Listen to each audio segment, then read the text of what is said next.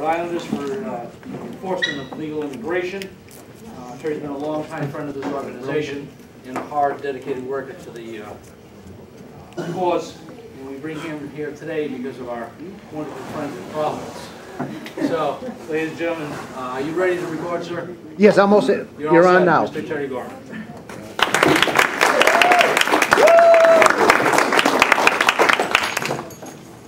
Well, it's a pleasure to be back again. Nothing's here. It's a pleasure to be back again.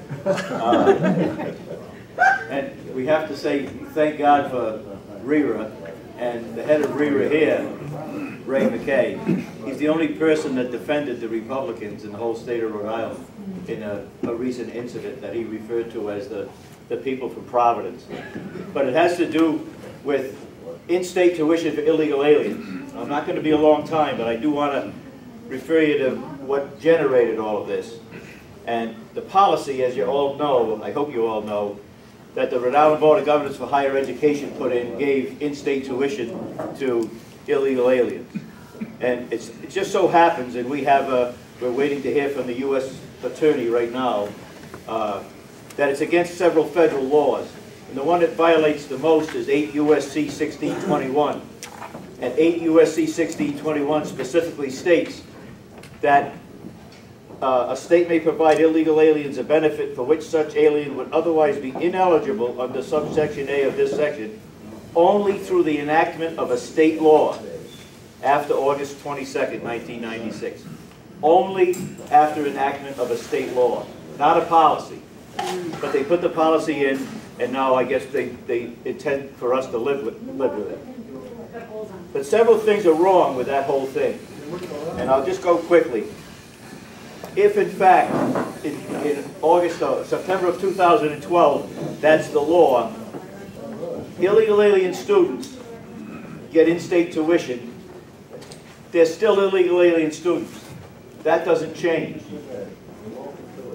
We let them go to college. They graduate from college. They're still illegal aliens. They can't get a job. They don't have a Social Security number. While they're in college, if they can't afford to stay on campus, they have to commute.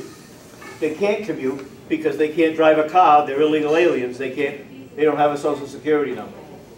If in fact they can afford to live on campus, their parents can afford to pay, their parents are illegal aliens, and they shouldn't be having a job either.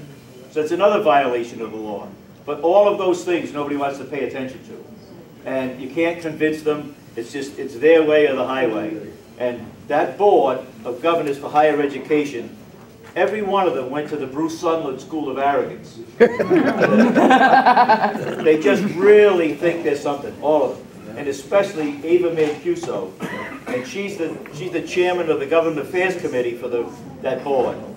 And she's the one that succumbed to Juan Pachado, Grace Diaz, Roberto Gonzalez, and Juan Garcia to circumvent the legislature in order to get that done in a policy. And she brought that forward to the Rhode Island Board of Governors for Higher Education. And I don't know if any of you were in attendance there.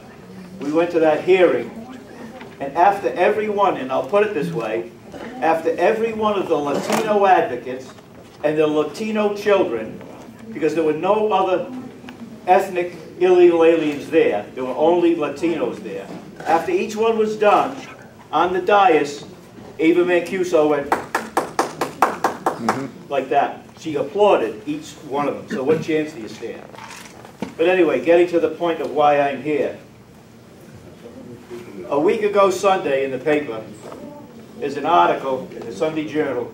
It says Reagan would back in-state tuition for illegals. And it goes on, it quotes some things from different articles, and I happen to have the articles right here that they got the quotes from, just by accident I found that. But what they say in the article, it says, it was in Ronald Reagan's bones, it was part of his understanding of America, that the country was fundamentally open to those who wanted to join us here.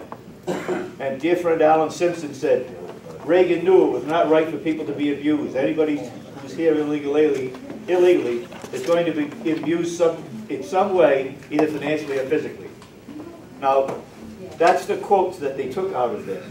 What they conveniently left out in the same article, it said that the U.S. failed to gain control of the border, making the 1986 law's amnesty provision an incentive for others to come here illegally, would have infuriated Ronald Reagan. So they're picking and choosing what they want to put in here. And I think that's terrible. Then I went and looked at some things, because I know that Ronald Reagan, I couldn't find where he specifically said it, but he thought his 1986 policy was a total failure, and when he was interviewed later on. But this is an article that was done by Edwin Meese, Reagan's Attorney General, in December of 2006. And it says, the lesson from the 1986 experience is that such an amnesty did not solve any problems. This is what Ronald Reagan said. Did not solve any problems. And there was a failure of the political will to enforce new laws against employers. Because all the things that he put in that Amnesty Act, nobody bothered to pay any attention to. They just did the amnesty. And what it did was, it tripled the number of illegal aliens coming to the country after that particular amnesty was given. And when asked about what to do about those here already, today it seems to me that the fair policy, one that will not encourage further illegal immigration, is to give those here illegally the opportunity to correct their status by returning to their country of origin and getting in line with everyone else. I think that's the solution, folks. That's what we have to do.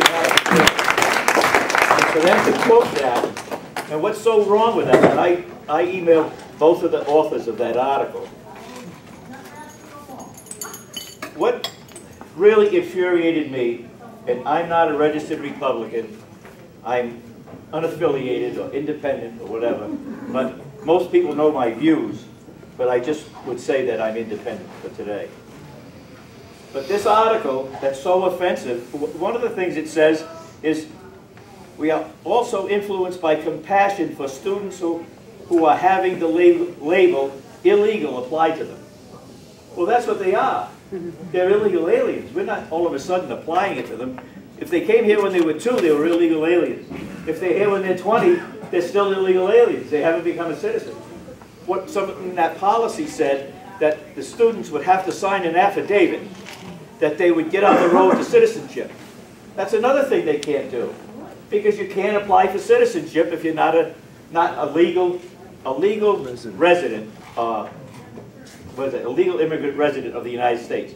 You have to have a green card in order to apply. You could marry a citizen or something like that and get in that way, but you can't just apply to become a citizen if you're an illegal alien. But the way that article was signed off, and I think all of you folks should be angry about this, and I know Ray was. This article was by Sandy Riojas and Daniel Harrop. And the way it's signed off, it says, Sandy Riojas is the chairman of the Rhode Island GOP Hispanic Caucus. I think that's an official title. And Daniel Harrop is chairman of the Rhode Island GOP Finance Committee.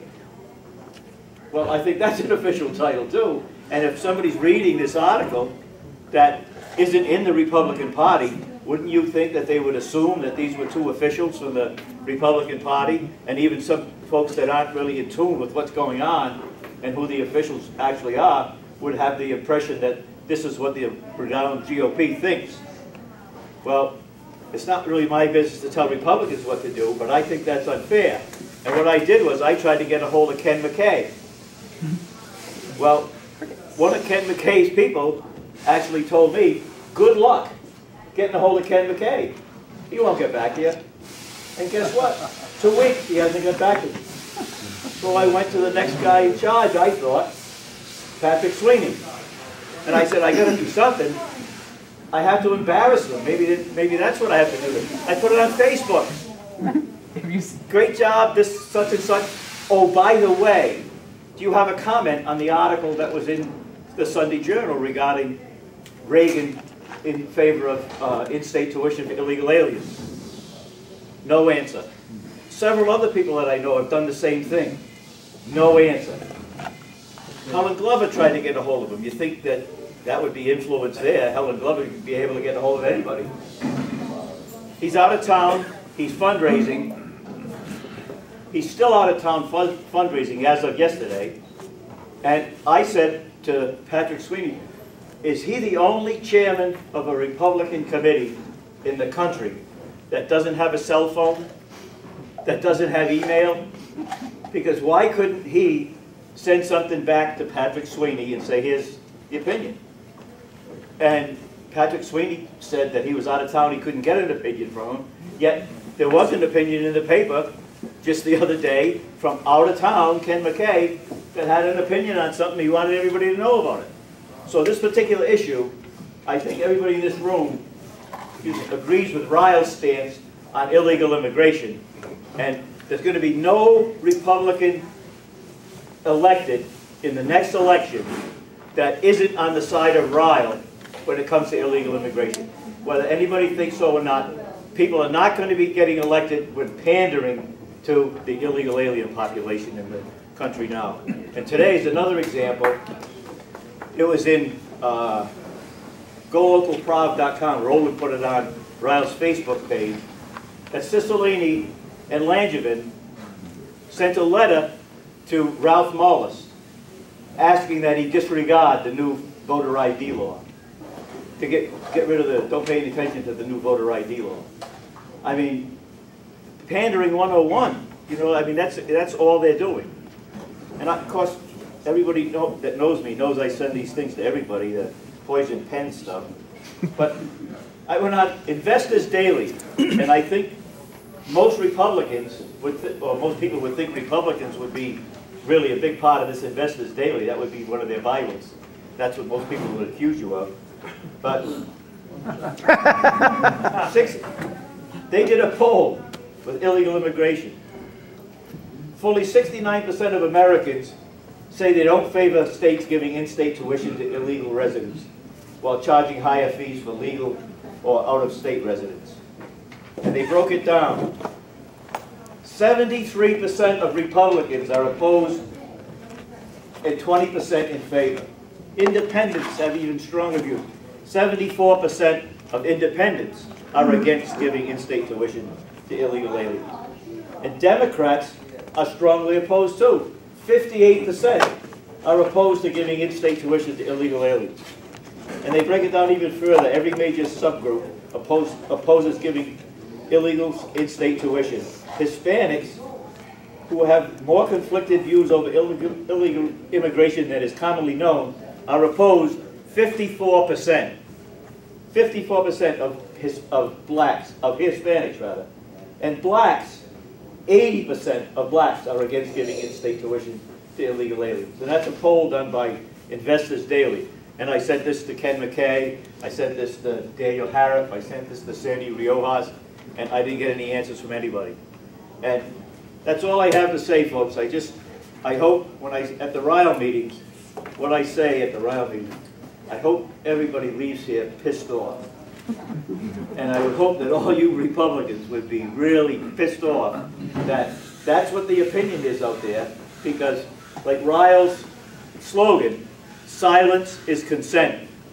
And if you guys aren't speaking up, they think you like it. So please, keep up the good work and follow your leader there. I'm so proud and happy to have